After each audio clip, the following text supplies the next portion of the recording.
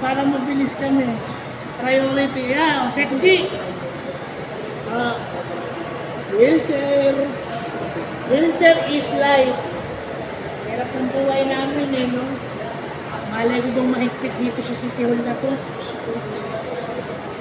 Orsonado talaga. Tignan natin sa Action Center. Porkit hindi pa kami pupuntang Batasan eh. Masyadong mahigpit.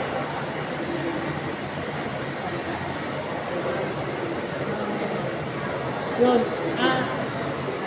Pakita ka na.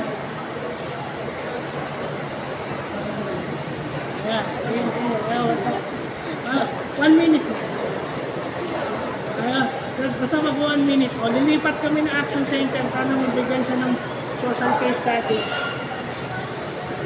For DSWD Batasan. Pupunta pa lang kami ng DSWD Batasan. Kung wala tayo, yung endorsement letter na hinahanap nila. Higpit pala rito.